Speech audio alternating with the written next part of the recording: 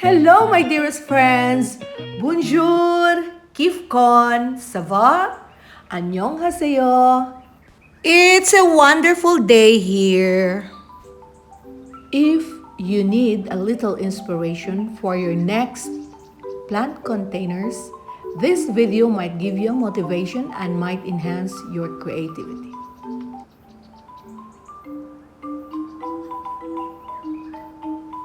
You might have an old shoes, as everyone does, with holes, tears, and extreme dirt lying there around somewhere in your shoes racks and closets.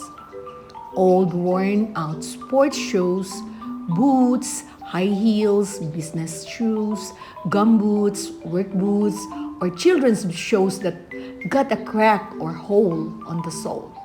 Or the worn out work boots or those hiking boots that give you blisters. Do not throw them away. Give your shoes a second life.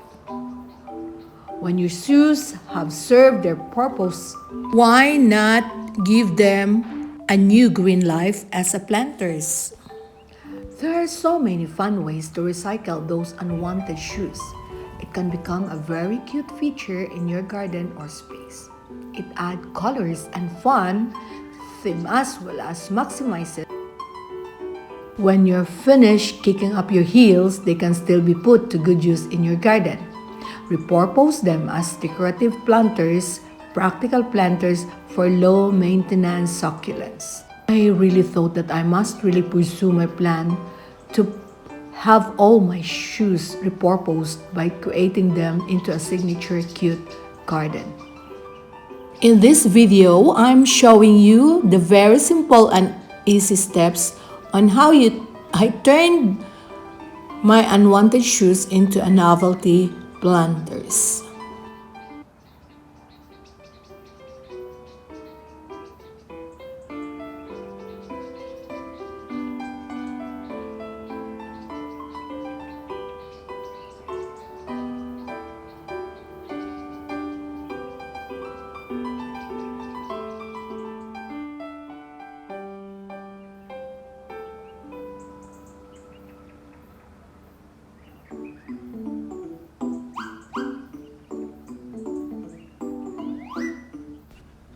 So I am preparing my potting mix soil. I am mixing it with different kind of soil, but the best one for succulents.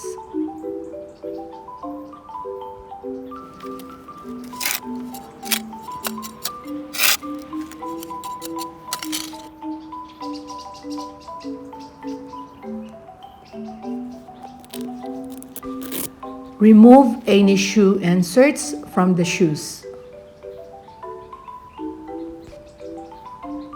I am making a hole to add drainage holes in the shoes.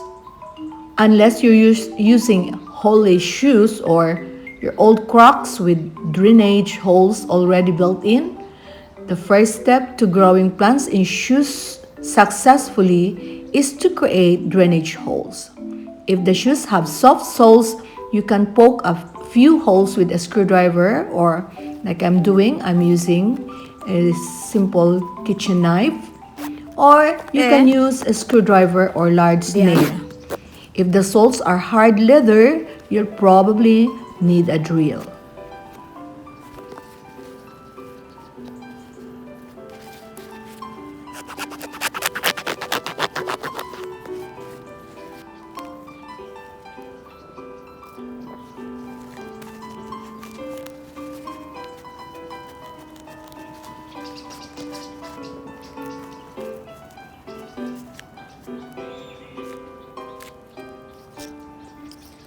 Next step is you will fill up the shoe with soil.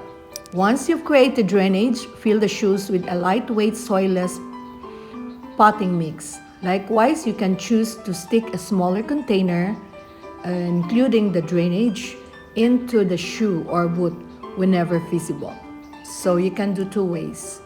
You can put the planter inside the shoes, or you can plant the plant directly. You can put the soil inside the shoes and plant the plant directly, as I always do.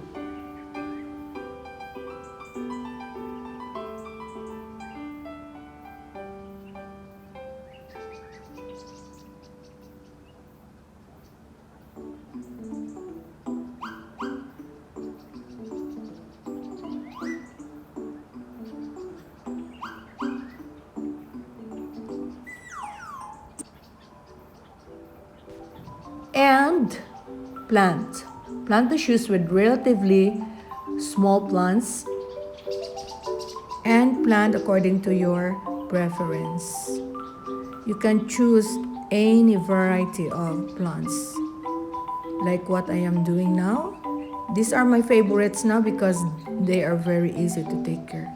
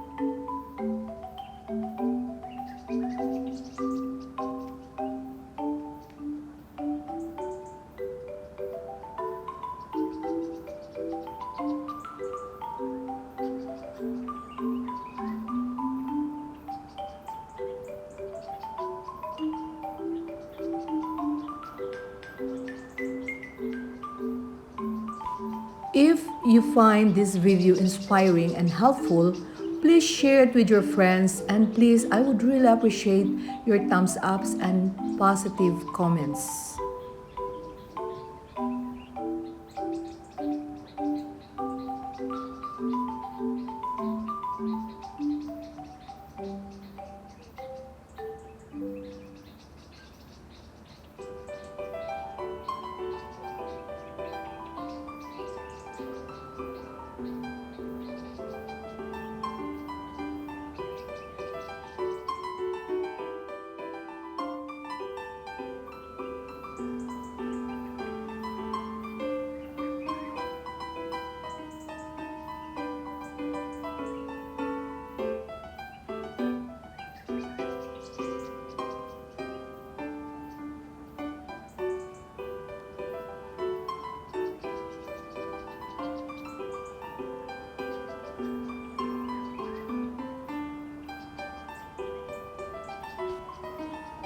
Thank you so much, friends, for watching. I hope that I brought inspirations to you. Please, if you are new to my channel, don't forget to subscribe and hit the notification bell so you will be notified for the next video that I'm going to post. And I promise you that I will always return back to you if I see your message and your comments below. And please, I would really appreciate if you'll give me a big thumbs up. God bless you all. Have a super great day every day.